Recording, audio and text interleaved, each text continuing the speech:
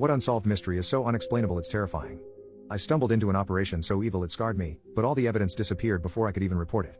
When I was 19, I worked for a company that allocated labor to rural areas of Australia. I was on a farm clearing bushland with 3 other guys my age from the city. Our boss was a guy called Jeremy who owned the farm and supervised us while helping out with the work. He was pretty laid back and was generally really good to us. This summer in particular was very hot, and the work was hard, so one day when the temperature hit about 100 degrees, Jeremy decided to give us the afternoon off. He said he knew of a water hole on the farm about a 25-minute drive north. I was keen for a swim, but the other guys just wanted to relax for the afternoon, so he and I hopped in one of the work trucks and started heading across the property. It was mostly wide, empty expanses with a few clumps of scattered bushland. Jeremy wasn't much of a talker, so we drove more or less in silence. After about 20 minutes, however, he suddenly perked up and jabbed me in the ribs. "Do you see that over there? Beneath the 2 dead trees?" We steered in its direction, and as we got closer we realized it was a huge blue shipping container just sitting in the middle of nowhere. Jeremy was perplexed. I asked him if he knew what it was, but he obviously didn't. He said he hadn't seen it when he drove through the same area about 5 weeks before, and he wanted to go and see what it was. Initially, we pulled to a stop about 100 meters away from it. The whole thing wasn't right. You can imagine seeing such a foreign object in the middle of a huge barren expanse. It had to be something weird. Jeremy, however, wanted to investigate, which I understood, given it was his property, but in truth, I was really anxious. As we got closer, things got even more bizarre. There was a big diesel generator behind it thumping away, and a CCTV camera on each side, all motion activated so they buzzed from side to side, following us as we moved around. I tried to reason with Jeremy, something along the lines of, "With all this security, someone obviously doesn't want us here, let's just go."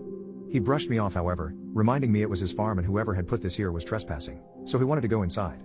Despite all the surveillance, there was only a small padlock on the huge door. We had some bolt cutters in his toolbox, and after a bit of a struggle, we broke the lock and went inside. The first thing I noticed was the rush of cold air as we got in. The place was air-conditioned, which I must admit was quite pleasant on such a hot day. We searched around for a light switch, but I could already see this was some sort of IT setup. There were flashing LEDs all around the place and the sort of hum you hear when a hard drive is working hard. When we finally switched on the lights, we could see a sophisticated office setup. There were hard drives the size of bar fridges and other computer equipment lining the walls, sometimes piled 2 or 3 high. Plastic storage boxes were scattered around the far wall and several desks with computer monitors were arranged in the middle, complete with rolling office chairs. We wandered to the middle and sat down at the desks to see if the computers could give us any idea of what was going on there. My heart was racing and I just wanted to bolt. We had been seen by the CCTV, so if anyone was monitoring they already knew we were there. Jeremy on the other hand was adamant we had to get to the bottom of this, so I put on a brave face and started looking through the computer. This went on for a while, but in short, neither of us had a very high grasp of technology outside of Facebook and Microsoft Word. It was like the old Napster or LimeWire download screens looked like, just constantly picking up and receiving data and then recording it on several windows.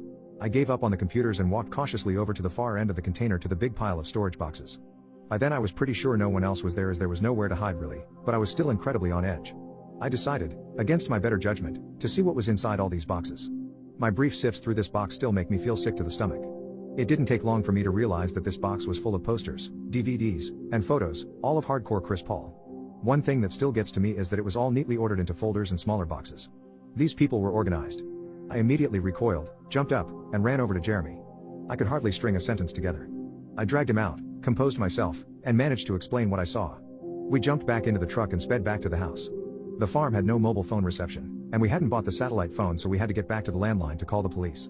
Once we called them, they still had to make it all the way to the farm from the nearest police station, which was in a town about a half hour from the town closest to the farm. We waited, talking frantically about what we'd seen until the cops arrived almost an hour later.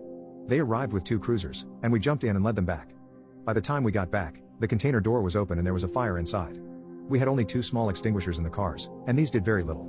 The fire department took an hour to get there, by which stage most of the damage was already done.